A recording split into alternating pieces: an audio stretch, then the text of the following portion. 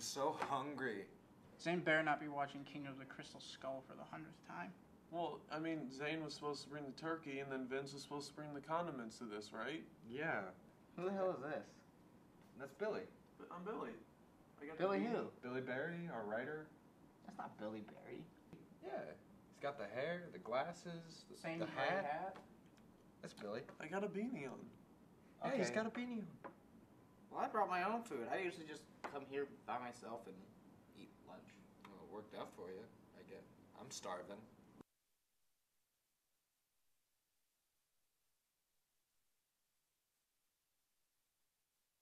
Is that fan mail? I don't know. It says, Dear BSU Tonight crew, so Zane and myself left early for Thanksgiving break because we can. So yeah, you're without an executive producer and main host, but we still expect an episode to be shot this week. How you guys managed to pull this off, I have no idea, but we have the utmost confidence in your abilities to do so. Oh, that's reassuring. Nice of him. Also, sorry about the coffee stain on the piece of paper. That came from Zane, who burst out laughing after he wrote the sentence that we had the utmost confidence in your abilities. What a Okay, regardless, figure it out on your own and remember that sometimes a show could be so good it's bad. Sincerely, your executive producer, Vince Luciano? Lucy, is that right? Yeah. Okay. P.S. Please don't do anything that could possibly get us kicked off the air. Wow. Okay. Cool. Not even a phone call or anything. Just dropping by a coffee-stained message. They didn't even bring food. No, I'm hungry. No director. You just ate. I'm still hungry though. You guys, we should be thankful. This is a great opportunity to make a great show. We don't need them. It's Thanksgiving. Shut up, Billy.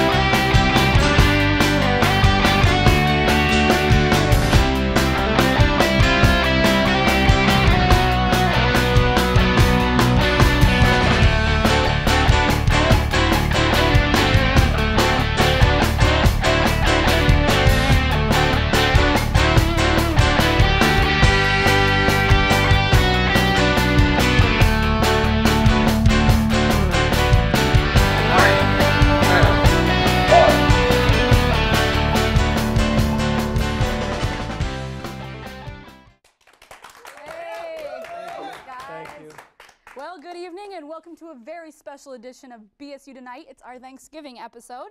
Now, as you can see, I am not Timmy. And I am not Zane, because he decided to be an ass and go home for Thanksgiving break 2 days early. But while we are short-staffed this week, we still plan on doing nothing but a fantastic show. So with that being said, Becca, what's been happening this week? Well, with Black Friday just around the corner, many concerned citizens are speaking out that sales are starting way too early this year, with some sales starting as early as 8 o'clock on Thanksgiving night. Now, one concerned shopper was quoted as saying, "I want to save money, just not quite yet." In Hurricane Sandy news, lights are finally coming back on in some East Coast areas that have been without power since the hurricane hit. When the lights were turned back on, however, in New Jersey, relief workers cried out, "Dear God, turn that off. No one wants to see that. Gross." Now, I'm sure you've all heard about this. Hostess, the maker of our favorite junk foods, has filed for bankruptcy. Now, I'm no economic analyst, but when the country invented childhood obesity can't keep Twinkies in business, I think times are getting rough. In related news, New Jersey Governor Chris Christie refused to answer remarks about Hostess shutting their doors, saying that he knew they'd bring it up on Saturday Night Live. Look, Chris, you don't have to talk about Twinkies for all of us to realize you're fat. Trust me on this one, we all know. However, a glimmer of hope for the precious Twinkie is starting to shine, as the company known as Sun Capital is looking into purchasing the recently bankrupt company. Sun Capital owns such companies as Fazoli's, Marsh, and the Scooter Store, which they also rescued from financial ruin. So, thanks to Sun Capital, Scooter-mounted morbidly obese customers can continue to inhale their Twinkies 6 at a time.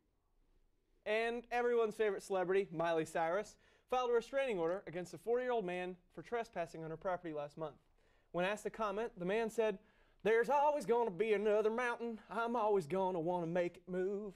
Close. I don't know the song. That was really close. I don't know the song. No, it's fine. We understand. It'd be a little embarrassing if you did, actually.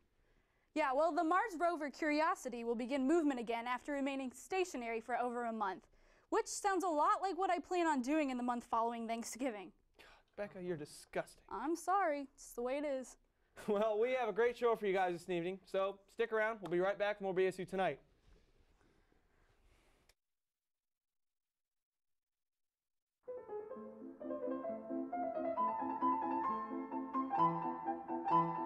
Oh my God, I have to Instagram this.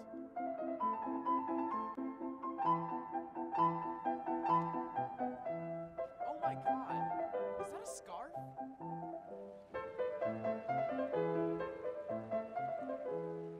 This tree is so brown.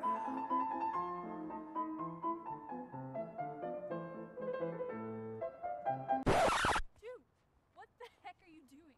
Oh, I'm sorry. I was Instagramming. You see, I'm kind of a photographer. The sunlight was just hitting in the most beautiful way, and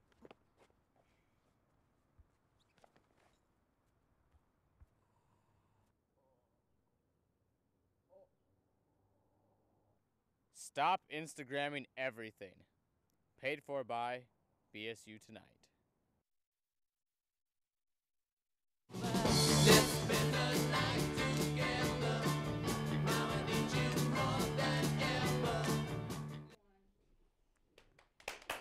Thank you. Thank you. Welcome back, everybody. Becca, I gotta say thank you so much for hitting him. Oh, you know what? Those people deserve it. They're idiots. They're everywhere. They need to be stopped. Instagram is the most obnoxious. No. Scratch that. Tout. You heard of tout? I have not. Oh, my good Lord. Is it like... Touting is Instagram but video. And I gotta say that the combination of those two gives me zero hope in humanity. Right, yes, completely understood. But like I said, welcome back. Thank you for joining us. Well, with Thanksgiving this Thursday, a lot of people forget to focus on what started this holiday, but our very own Timmy McBride hasn't lost sight of this country's past. Timmy? Thank you, Rebecca, and thank you to our esteemed research department. With me in my hands, I have the translated journal of a Native American who was present for the first ever Thanksgiving. Now let's take a look and see what he had to say about it. November 22nd, 1621. Dear Diary, today was odd. 90 Native Americans like myself were joined by 53 white men in celebration of harvest. I say it was odd because even though there were more of us than of them, they basically controlled the whole event. I sometimes worry they might use this ability to hurt others unlike themselves, but I doubt that will ever happen. Sure, there was the occasional slur here or there. One white man said, "I'm sure we should be serving them red meat instead of turkey." Am I right or am I right? Red meat, it's like a racial thing towards Indians, because, yeah. I'm pretty sure he was joking, but in typical fashion, whenever the white man makes a racial joke, it just comes off as racist. Will they ever learn? Regardless, we were able to come together, and it appears the white man that got the whole discrimination thing out of their system.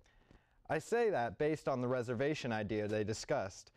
It sounds flawless in my opinion. Though some of my peers think it's a trick just to take our land, I told them, after the feast they gave us, do you really think that they would go back on their word? They've changed their ways. Mark my word, 1621 is the last year white man discriminates against people of color. Looking back on it now, I'm not so confident that my proclamation, will come to fruition. You see, I was pretty inebriated when I made it. The Indian proverb goes, when you say something really stupid, you're probably drunk. Anyways, the food was delicious, though I'm convinced Indian women are better cooks. Speaking of Indian women, Pocahontas could not take her eyes off John Smith during the feast. And if you ask me, while Pocahontas was hungry for some poultry, it wasn't the turkey that she was craving. This all led to a pretty awkward dinner situation between Smith and Cocoon, Pocahontas' boyfriend. Luckily, I didn't sit next to either of them, but I heard some rumors thanks to the white man I sat with named Thomas. We traded rumors back and forth in hopes we could figure things out. I told Cocoon that he is suspicious that Pocahontas is a whore and that she'd been cheating on him. Thomas confirmed that Pocahontas is a whore because she agreed to pose for a erotic painting series entitled Poke a Hot Ass. Well, I feel bad for Cocoon, considering how attractive Pocahontas is.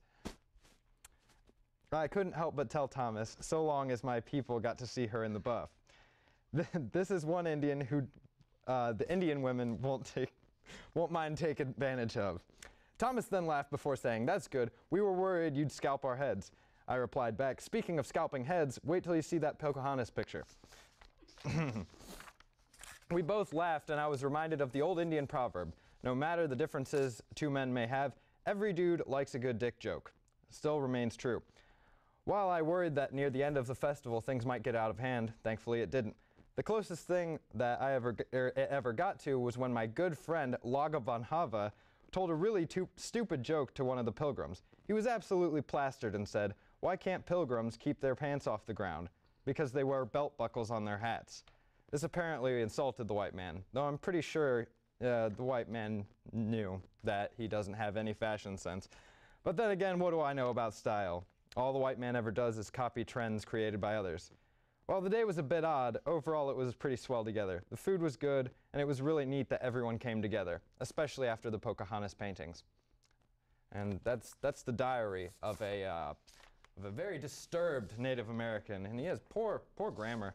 I might have gotten the translations wrong. There's some Indian words that Google didn't know, but you know, I think it turned out pretty well. Yeah, I would say that was pretty good for a Enlightening. Timmy. Very, very enlightening. Very enlightening. Thank you, Tim. Thank you. Wow. Well, stick around. We will be right back with more BSU Tonight.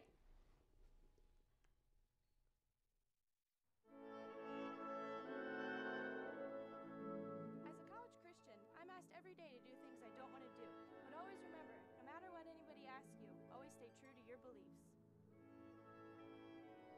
Hey Sarah, do you think you can do the dishes before you leave? Oh, I would, but I'm a Christian.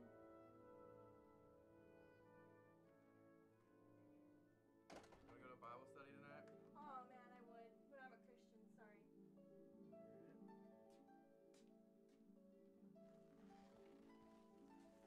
Hey, do you think you can give me a ride to school? Oh no, sorry, I'm a Christian. So, the moral of the story is always stay true to your Christian beliefs.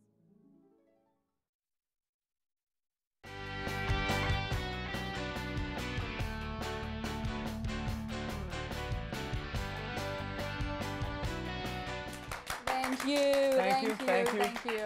Welcome back. Now, as we may have mentioned, this is BSU Tonight's Thanksgiving episode. Now, while Thanksgiving is a time to give thanks for the many blessings we have, we can't ignore the parts of the holiday that we're not so thankful about. With that, we bring you this week's top 10. Let's see the graphic. Woo! Graphic, do we have There There's the graphic. That looks nice. Woo! Boy, you know Zane misses his graphic. He does. So, this week, we decided to bring you the top 10 worst Thanksgiving experiences. So, Becca, number 10. Number 10, cleaning the dishes. That Number really 9. is the worst. I hate it. It would make me quit In Thanksgiving. my house, the men do it, so you wouldn't have to worry about it. Oh, I might join your family. Oh, please no. Sorry, Becca. Number 9, the year your family went vegan without telling you. Ugh. Number 8, that time your mom bought a tofurkey. Goes with the vegan experience. What does that even look like? I'm guessing very pink.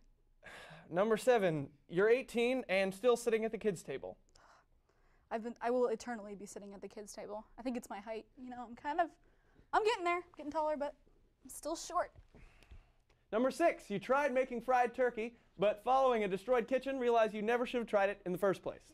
Number 5, when you were a kid, you missed the airing of Charlie Brown Thanksgiving. Number 4, every year, Dad seems more and more thankful for the football game than he is for his actual family. Number 3, trying to explain to people that you really, really don't enjoy the Thanksgiving Day parade. Number 2, the annual family fight that results in revealing who was adopted, who wasn't, and who was just a mistake. And number 1, being taught stuffing techniques by Uncle Sandusky. Nailed it. Oh, Nailed it. Gross. So there you have it, everybody. The top 10 worst Thanksgiving experiences. Thanks so much for tuning in for our Thanksgiving episode of BSU Tonight. Hopefully we'll see you next week. Thanks. That was gross. Oh my gosh, get it? It's a sports joke. Jerry, is it Jerry? Jerry, Pitt, Mr. Sandusky?